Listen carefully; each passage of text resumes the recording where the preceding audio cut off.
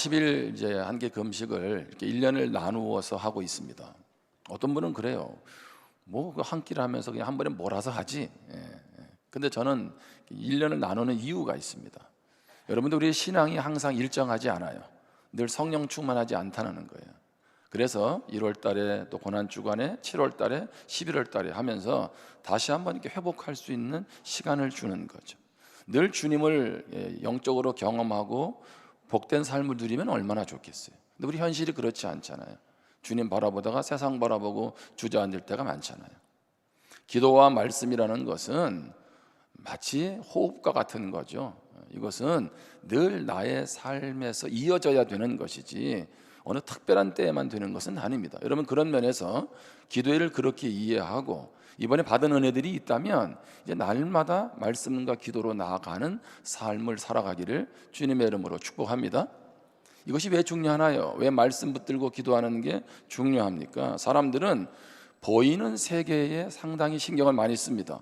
그래서 외모로 또 내가 얼마나 가지고 있느냐, 또 어떤 주어진 상황들을 거기 많은 신경을 쓰지요. 그런데 그 모든 보이는 세계는 사실은 보이지 않는 세계와 연관이 되어 있다는 거예요. 더 정확히 말하면 보이는 세상보다 보이지 않는 세상이 중요한 겁니다. 자, 신앙적으로 말하면 우리 눈에 보이는 현실보다 보이지 않는 가운데 역사하는 하나님, 그분이 더 중요하다는 겁니다. 그냥 개인적으로 생각해 볼 때 여러분들은 눈앞에 있는 많은 환경들이 펼쳐질 때에 그 보여지는 현상보다 내가 지금 어떠한 생각과 마음을 가지고 있느냐가 중요하다는 거죠. 여러분, 그렇게 보면 여러분들이 계속 힘써야 될 것은 보여지는 게 아니에요. 그 부분도 변화가 일어나야 되겠지만 나의 내면, 보이지 않는 부분을 계속 여러분들이 집중하셔야 돼요. 그런 가운데 여러분의 삶의 승리를 경험할 수 있습니다. 자, 지난주에 대입 수능 시험이 끝났습니다. 한 어머니가 들려주는 이야기입니다. 아이가 대입 수능 시험을 마치고 집에 와서 엄마를 이렇게 안아주더랍니다. 그리고 하는 말이, 엄마 한 해 동안 너무 고생 많으셨어요. 감사합니다. 그러니까 엄마의 마음이 어떻겠어요?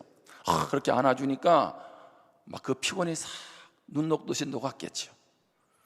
그러면서 눈물이 글썽거렸다 그러시더라고요. 그러면서 속으로 이런 마음도 들었대요. 성적은 잘 나왔니? 이것을 엄마의 마음이라 그러죠. 근데 엄마는 어떻든 그 자녀가 그 한마디 하는데 마음이 싹 이렇게 모든 피로가 다 사라졌다는 거죠. 제가 그 말을 듣는 순간에 하나님 아버지가 오버랩이 됐어요. 하나님 아버지가 참 속썩이고 믿음으로도 안 살고 또 죄도 짓고 하나님 없는 것처럼 살아갔는데 그러한 우리를 그래도 1년 동안 지키시고 보호해 주셨잖아요. 그래서 그 아이의 표현으로 한번 해보겠습니다. 한번 따라하겠습니다. 하나님, 저 때문에 한 해 동안 고생 많으셨습니다. 감사합니다. 여러분들 상당히 표정이 밝으세요. 근데 사실은 우리 속 많이 썩였잖아요. 그렇죠? 뭐 자녀만 부모 속 썩입니까? 우리도 하나님 속 많이 썩이지 않았어요? 근데 가만히 생각해 보니까 우리 하나님은 정말 이 김종석 목사 때문에 고생이 많으셨어요. 얼마나 하나님의 목회를 보면서 또 현실을 보면서 안타까움이 있으셨겠어요. 그렇죠? 그래서 제가 하나님 앞에 그렇게 고백을 했어요. 하나님, 저 때문에 고생 많으셨습니다. 하나님 감사합니다. 여러분, 일본에 우리 기독교 신앙에 있어서도 대표적인 인물이 하나 있었죠. 우찌무라 간조 선생님이에요. 근데 그분이 이런 말을 했습니다. 인생의 미천을 0으로 삼으라, 제로로 삼으라. 그리하면 범사에 감사하리라. 성경에 욥이 바로 그런 사람이었다. 욥기 1장 21절에 보면 이르되 내가 모태에서 알몸으로 나와 싸운즉 또한 알몸이 그리로 돌아가올지라. 주시니도 여호와시요 거두시니도 여호와시오니 여호와의 이름이 찬송을 받으실지니이다 하고. 무슨 얘기입니까? 욥은 이 땅에 아무것도 가지고 온 것 없고 그래서 이 땅을 떠날 때도 아무것도 가지고 가지 못한다는 거죠. 다시 말하면 내가 이 땅에 가져온 것 없고 가지고 갈 것 없다면 바로 제로 아니겠어요? 내 인생? 그렇게 제로라고 생각해 보면 없는 것 가지고 불평하지 말고 있는 것으로 감사하라는 것입니다. 여러분은 어떠세요? 제로의 인생 아니었나요? 근데 이 정도 건강 주셨고, 또 이렇게 자녀들을 하나님이 인도해 주셨고, 내 일터를 이끌어 주셨고, 여러분 그렇게 보면 우린 감사할 것밖에 없지 않을까요? 우리가 잘 아는 스펄전 목사님이 이렇게 말했습니다. 별빛을 감사하는 자에게 달빛을 주시고, 달빛을 감사하는 자에게 햇빛을 주시고, 햇빛을 감사하는 자에게 영원히 지지 않는 주님의 은혜의 빛을 주신다. 아멘. 여러분, 별빛이 감사하지 않은데 달빛이 감사할 수 있을까요? 달빛과 감사하지 않는데 햇빛이 감사할 수 있어요? 그런 것들이 감사할 때, 하나님께서 나를 은혜 가운데 이렇게 비추어 주셨구나 라고 감사할 수 있다는 것입니다. 지난 주일에 감사를 살펴보면서 특별히 우리 삶에서 하나님이 주신 은혜를 기억하고 감사하자고 했고, 어려운 이웃을 돌아보면서 감사하라고 했습니다. 어떻게 그렇게 좀 돌아보시면서 또 감사를 기억하셨습니까? 오늘은 감사의 유익을 나누려고 그래요. 감사는 어떤 유익이 있다고요? 범사에, 어느 부분에만 유익이 있는 게 아니라 범사에 유익이 있다는 거예요. 자, 다시 한번 데살로니가전서 5장 18절을 봅니다. 범사에 감사하라, 이것이 그리스도 예수 안에서 너희를 향하신 하나님의 뜻이니라. 자, 이 한 구절을 한번 먼저 잘 살펴볼게요. 언제 감사하라고요? 범사에. 어떻게 하라고요? 감사하래요. 자, 여기 감사하라는 것은 명령입니다. 내가 감사하고 싶으면 감사하고, 감사하고 싶지 않으면 감사하지 않아도 되는 것이 아니라는 거예요. 자, 쉽게 말하면 내가 오늘 하루 살아가면서 감사하지 않으면 그게 뭐예요? 하나님 말씀에 불순종한 겁니다. 우리는 뭐 큰 어떤 문제만 가지고 죄를 논하곤 하는데, 여러분 사실은 감사하지 않는 게 그게 뭐예요? 그게 하나님 말씀에 불순종하니 그게 죄죠. 여러분, 군인들에게 있어서 명령은 절대 복종입니다. 왜 그렇습니까? 그것은 바로 생명과 직결되기 때문에 그렇습니다. 지휘관이 돌격 앞으로 하는데 지휘관님만 가세요. 나는 살고 싶어요. 이런 것은 반드시 그 전쟁에서 참패를 불러올 수밖에 없습니다. 자, 목사님, 알았어요. 그럼 감사하라는 건 알겠는데, 명령인 건 알겠는데 범사에 감사하는 건 좀 어렵지 않을까요? 범사에 감사하라. 다시 말하면 어떻든 감사라는 명령을 범사에까지 순종하라고 하니까 이게 좀 마음에 버겁다는 거죠. 제가 이제 성도님들에게 한 번씩 믿음은 순종이라는 얘기를 하고 어떻든 말씀에 순종해야 된다라고 하면 그것에 대해서 이렇게 알레르기 반응을 보이는 분들이 계세요. 왜냐하면 부모님으로부터나 또는 선생님이나 윗사람으로부터, 또 군대에서 고참, 그런 그분들로부터 어떤 지시를 받았을 때 좀 불합리하거나 부정적인 그런 어떤 생각들을 가지고 있는 분들이 계세요. 그러니까 뭘 해라고 하면 안 하려 그래. 그게 우리 본능에도 있지만 그런 면에서 부정적인 인식을 가지고 계신 분들이 계세요. 왜 우리는 감사에 순종해야 될까요? 그것은 순종이 어떤 의미인지를 잘 아셔야 된다는 거예요. 자, 우리 한 말씀만 볼게요. 신명기 6장 24절 말씀입니다. 여호와께서 우리에게 이 모든 규례를 지키라 명령하셨으니 이는 우리가 우리 하나님 여호와를 경외하여 항상 복을 누리게 하기 위하심이며 또 여호와께서 우리를 오늘과 같이 살게 하려 하심이라. 자, 이 말씀은 모세가 가나안 땅을 들어갈 이스라엘 백성들에게 당부하는 내용이죠. 그런데 하나님 뭐라고 얘기하냐면, 자, 이 모든 규례를 지켜라. 그러니까 하나님의 말씀에 다 순종하라는 거예요. 자, 그런데 왜 순종해야 됩니까?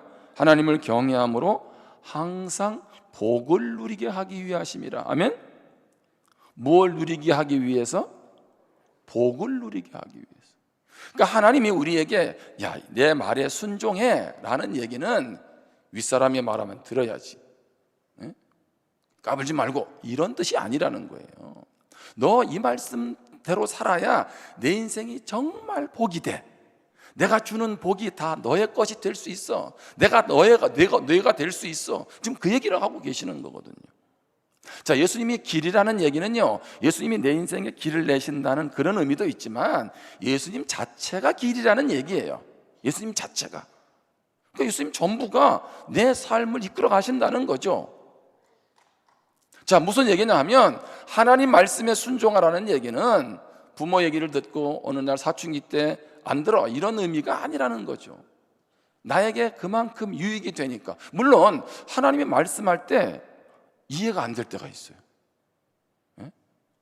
그런데도 내가 이게 복이 맞아? 라고 할 수 있다는 거죠. 근데 분명한 것은 내가 이해하지 못할 뿐이지 내 인생에 복이 안 되는 건 아니에요. 지나고 보니까 아하, 하나님이 그런 뜻으로 이런 일을 그냥 내버려 두셨구나, 그때 말씀하지 않으셨구나. 근데 지나고 보니 다 나에게 복이었다는 거죠. 예를 들면 아브라함 같은 사람이 그렇잖아요. 우리가 믿음의 조상이라고 하는데 아브라함이란 이름, 개인의 아버지였잖아요. 아브라함, 열국의 아버지라는 이름으로 바뀌는데 아브라함이 하나님께서 뭐라고 하세요? 75세에 내 집 본토 아비 집을 떠나라 그래요. 어디로 가라고도 하지 않으세요. 아니, 지금 사회처럼 뭐 교통편이 발달한 것도 아니에요. 뭐 은행이 있어가지고 카드 하나 들고, 비자 카드 하나 들고 가면 뭐 어느 나라 가서 돈이라도 쓸 수 있으면 좋겠는데 그렇게 할 수 있는 여력이 없잖아요, 그 당시 문화 속에서는. 그러면 집을 떠난다는 것은요, 많은 것을 포기한다는 겁니다. 경제력, 생명의 위협, 또 새로운 곳에 가서 모험을 하면서 새롭게 일구어 간다?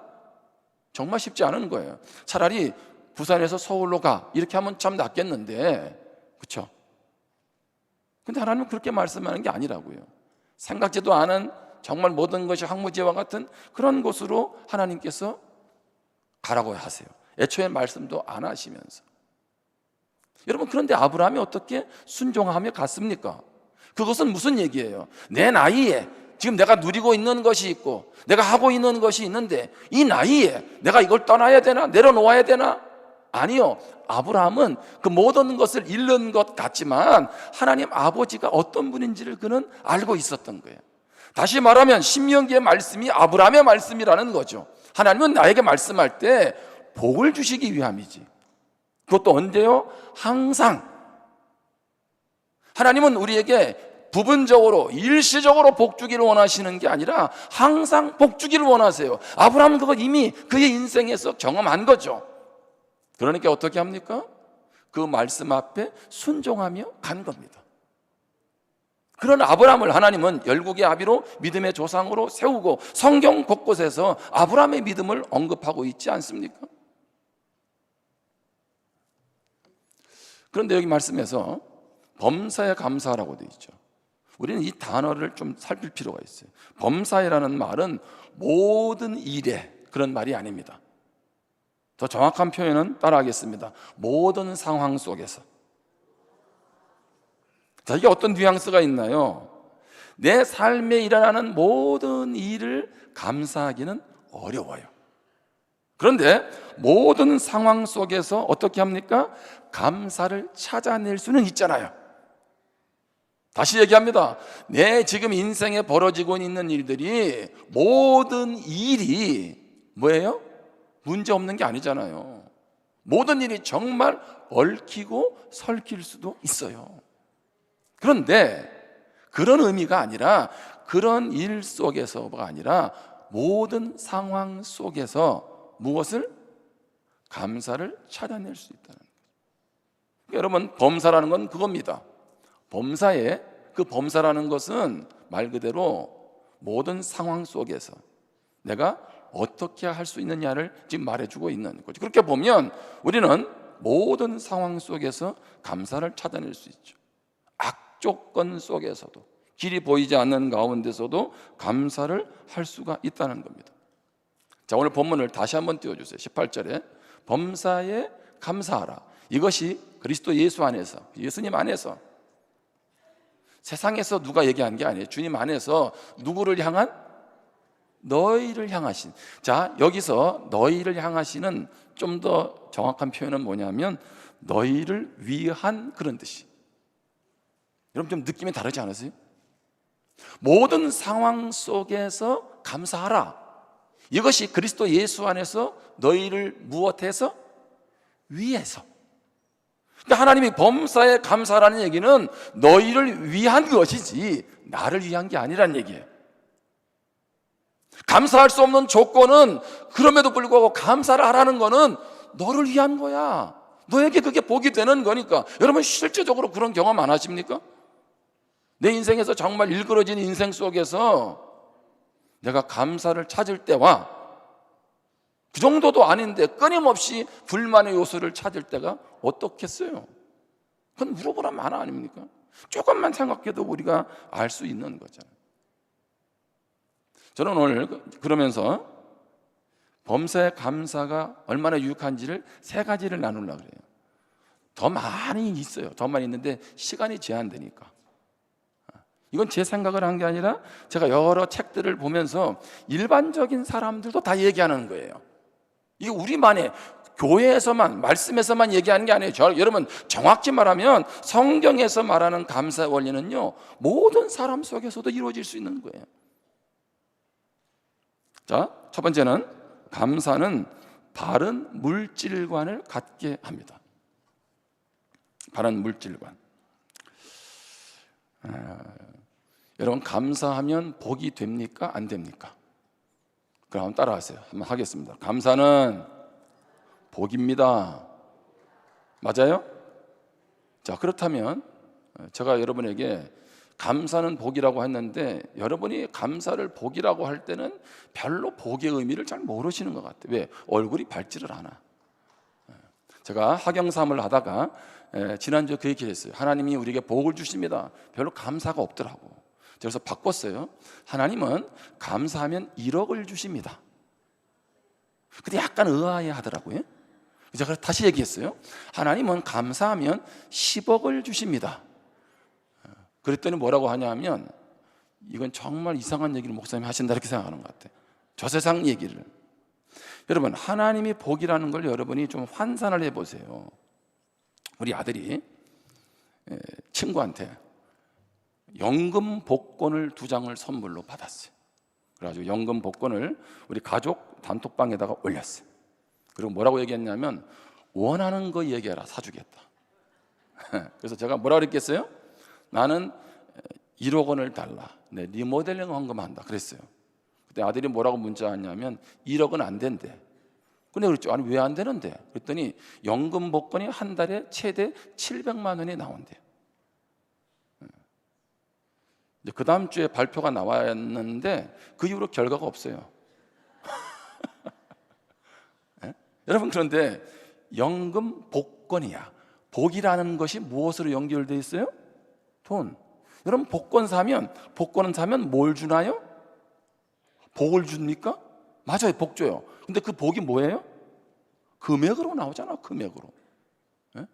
여러분 왜 하나님의 복이 여러분에게 금액으로 임하는 걸 모르시나요?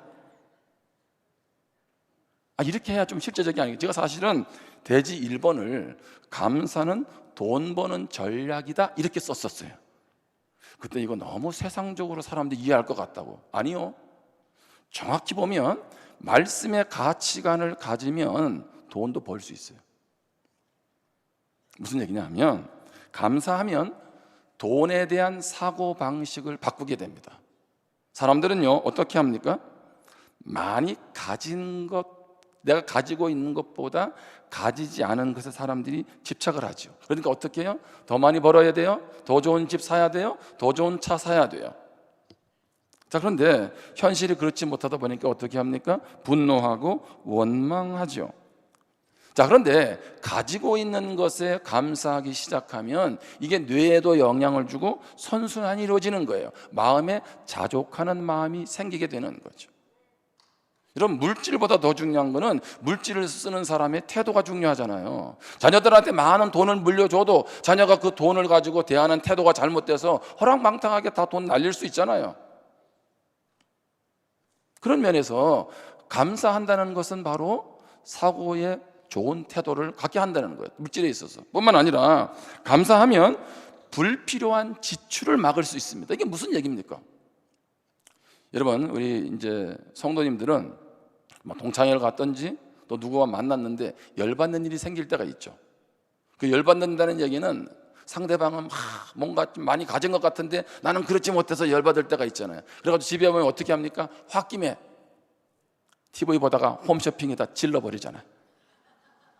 예? 뭐 남편하고 싸워도 그렇고 아무튼 그래가지고 어떻게 질러놓고 나중에 후회하지 않나요? 충동 구매해요. 이게 왜 그래요? 감사가 사라지는 가운데 나타나는 현상 중에 하나라는 거죠. 그런데 감사하면 어떻게 되겠어요? 아이고, 우리 남편 감사해, 우리 아내 고마워, 이 정도 가졌어도 충분해. 감사하면 충분하다고 하지 부족하다고 하지 않잖아요. 그러다 보니 또 돈이 좀 생기면 저축도 하게 될 거고, 충동 구매 안 하니까 당연히 좀 여유를 가질 것이고, 뿐만 아니라 감사하면 가진 것은, 가진 재물을 가지고 좋은 일에 사용하도록 동기를 부여받잖아요. 그렇지 않아요? 어떻게 감사할 수밖에 없는 게 내 힘으로 여기까지 왔나요? 그러니까 어떻게 합니까? 자꾸 주변과 그것들을 나누게 되죠. 관대한 사람이 되고, 자, 그러니 당연히 물질의 선순환이 이루어질 수밖에 없죠. 따라합시다. 감사는 돈을 버는 최고의 전략이다. 오늘 제가 알려줬어요. 두 번째, 감사의 유익은 뭐냐면, 감사는 가정을 행복하게 합니다. 2021년에 이제 추수감사절을 맞아가지고 목회 데이터 연구소에서 1000명을 대상으로 감사에 대한 설문조사를 했어요. 그랬더니 감사를 자주 표현하는 사람은 20%, 그리고 감사를 표현하지 않는 사람들이 80%였어요. 그러니까 1000명 중에 몇 명은, 800명은 감사를 잘 표현하지 않는다는 거고, 200명만 그래도 감사를 좀 표현한다는 거예요. 그래서 또다시 800명에게 물어봤어요. 왜 그럼 감사를 잘 표현하지 않냐? 그랬더니 세 가지 이유를 댔어요. 첫 번째는 뭐냐면 어색해서. 감사하려고 하니까 뭐예요? 안 하던 거 하려니 어색하다는 거예요. 두 번째, 어떻게 감사를 표현할지를 몰라서. 세 번째는 꼭 말해야 되나? 그 얘기예요. 아니, 꼭 감사를 표현해야 되나? 말 안 해도 무엇하니까? 알면 되지. 이제 옛날에 그런 얘기 있었잖아요. 이렇게 이제 삼천포로 빠진다는 말을 했는데, 이제는 그런 말도 바뀌었어. 그렇죠? 이제는 경상도의 이미지도 바꿔야 돼. 경상도는 세 마디만 하는 곳이 아닙니다. 너무 이것으로 쇠뇌를 했어. 자자 먹자 아는 뭐 이런 거, 예? 이건 아닌 것 같아. 우리 많이 바뀌었어. 그죠? 경상도 사람 뭐 표현하냐고. 아니요, 이제 그런 경상도 사람이 아니에요. 경상도 사람이요, 소망을 갖기를 바랍니다.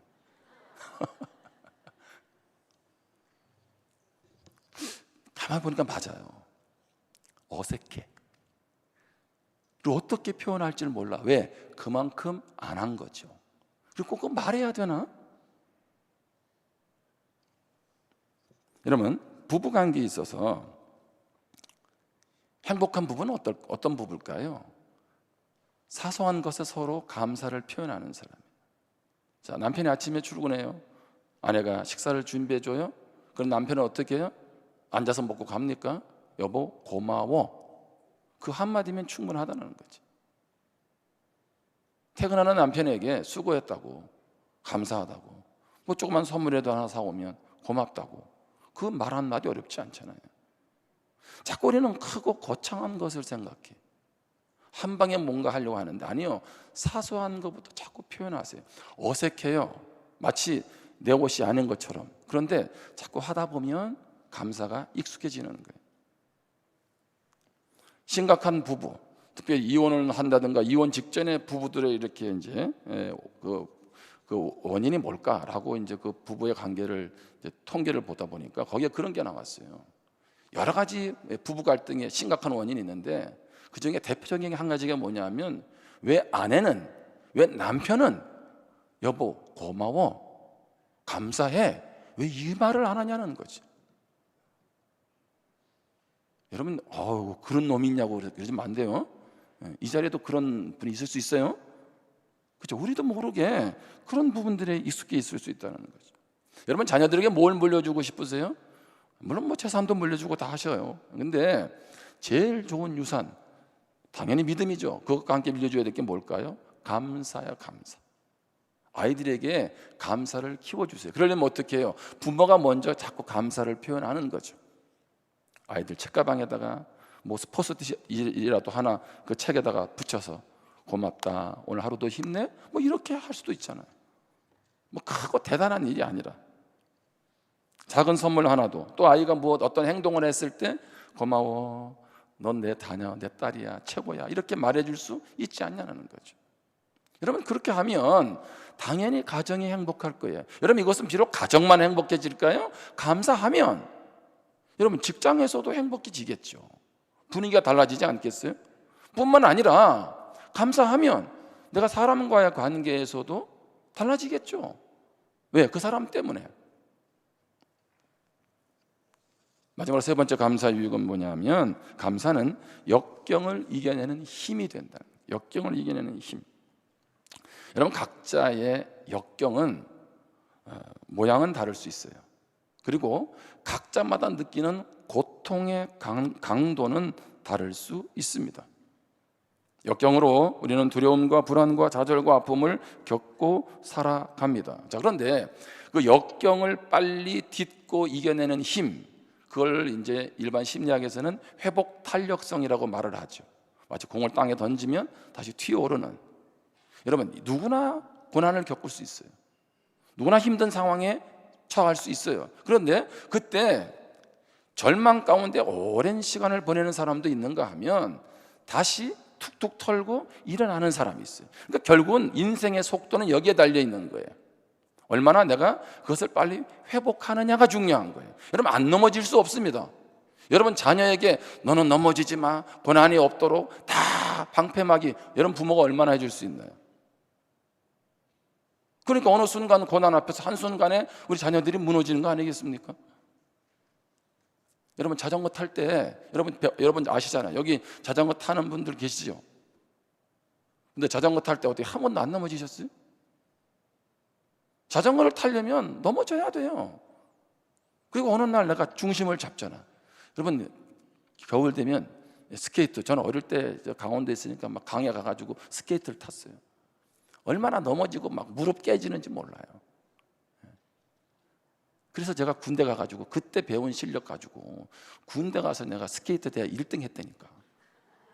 예? 근데 결정적으로 마지막 대회에서 모든 연대 우리 대대에서 이제 막 해가지고 내가 반 바퀴 이상을 앞서갔어요. 근데 결정적으로 군장을 메고 달리다가 내가 좀 이게 이제 속도 조절이 안 돼가지고 쓰러져가지고 등수 안에 못 들었어요.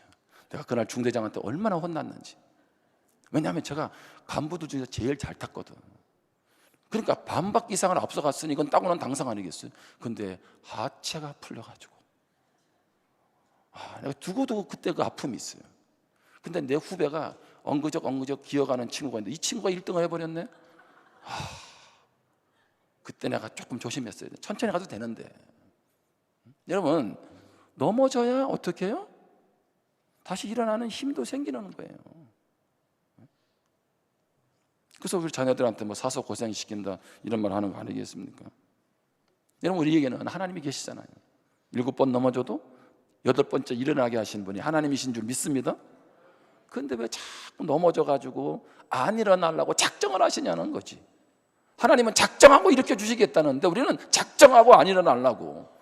얼마나 안타까운 일입니까? 제가 한 여인을 소개하겠습니다. 미국의 육상 선수예요. 이 여자는 소프트볼, 스키 선수이기도 합니다. 그런데 이름은 에이미 멀린스. 저 의족이에요, 의족. 두 다리. 그러니까 종아리 뼈가 없어가지고 태어나서 1살 때 양쪽 무릎을 절단한 거예요. 종아리 뼈가 없으니까. 근데 생각해 보세요. 저래가지고 장애인 달리기도 나가고, 심지어는 장애인 올림픽도 나가고, 패션쇼 모델도 하고, 영화에도 출연하고 2013년 피플지에서 선정한 세상에서 가장 아름다운 50인에 선정이 됐어요. 그녀가 세상의 편견과 역경 앞에서 이렇게 말을 했어요. 제가 다 옮기지는 않지만 일부 내용은 이렇습니다. 역경은 우리의 삶을 유지하기 위해서 피해야 할 장애물이 아니다. 그것은 우리 삶의 일부이다. 문제는 역경을 마주할 것인가 말 것인가가 아니라 어떻게 마주할 것인가이다. 역경 가운데 감추어진 기회를 찾을 수 있다. 역경은 험난했던 시간 이상의 무엇인가로 새롭게 그려낼 수 있다. 변화라는 차원에서 볼 수 있다는 것이다. 역경은 그저 우리들이 받아들이지 않았던 변화에 불과하다.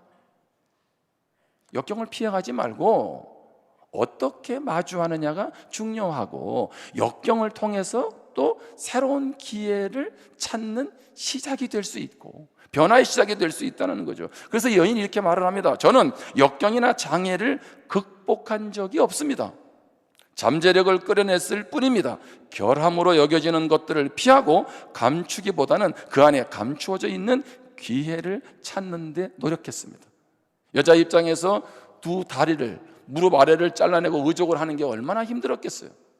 근데 거기에 주목하지 않고 그런 가운데 내 안에 있는 기회가 뭘까? 그래서 달리기 선수도 하고 스키도 타고 모델도 하고 영화 배우도 하는 거죠. 이것이 비단 이 한 여인의, 월린스만의 얘기가 되어서는 안 된다는 거죠. 미국의 한 교회에서 성도들이 토바고 섬으로 단기 선교를 갔어요. 토바고 섬으로. 근데 그것은 나병 환자들이 있는 곳이었습니다. 선교 여행 마지막 날 선교 여행을 이끌었던 목사님이 예배를 인도하면서 그곳에 있는 분들에게 이야기를 했어요. 여러분이 가장 좋아하는 찬송을 이야기해 주시면 제가 그 찬송을 부르겠습니다.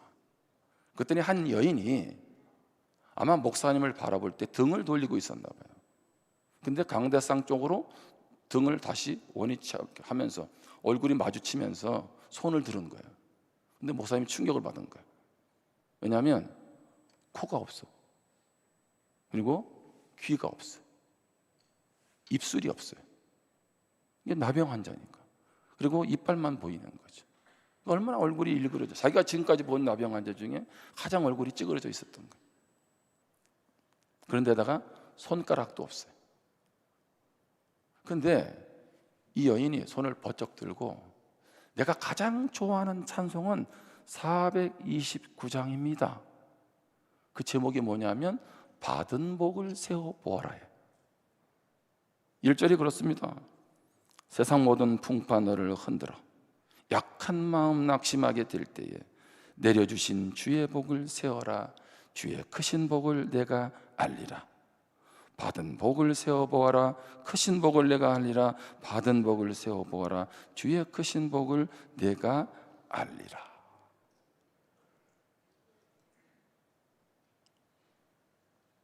여러분, 이것은 실제 있었던 이야기. 선교 현장에서.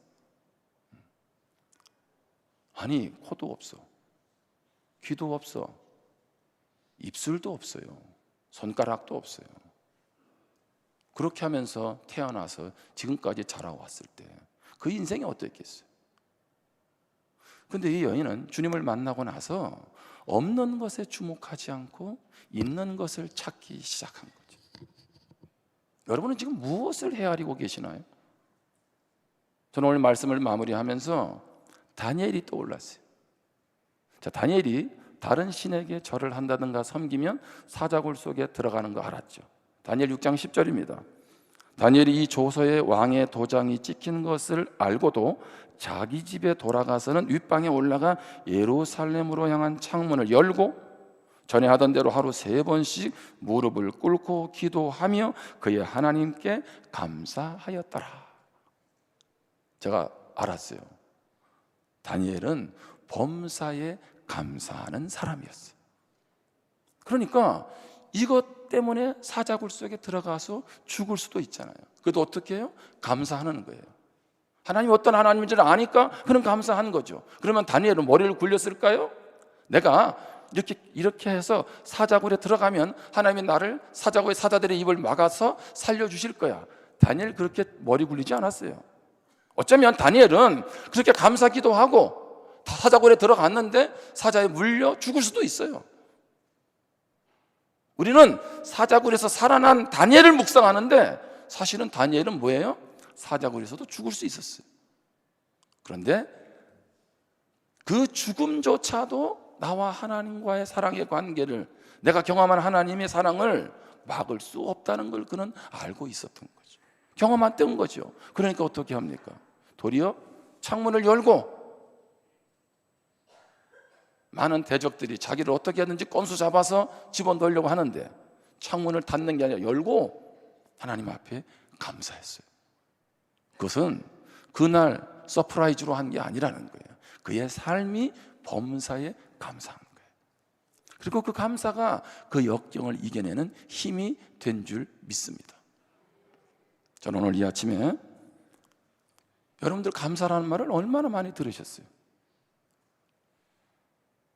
범사에 감사하라, 여러분 얼마나 암송하고 계세요? 근데 이 말씀이 나의 말씀이 되고 있나요? 너희를 위해서 내가 말하는 거다, 너희의 축복을 위해서, 너희의 복을 위해서 말하는 거다, 하나님 그렇게 말씀하는데, 그래서 우리가 주야장창 외우는데 오늘 이 말씀이 나의 말씀이 되기를 주님의 이름으로 축복합니다. 기도하겠습니다. 오늘 이 시간 한번 받은 복을 한번 좀 세워보시면 좋겠어요. 여러분에게 자꾸 없는 거, 부족한 거, 아쉬운 거 찾지 말고 한번 좀 받은 복을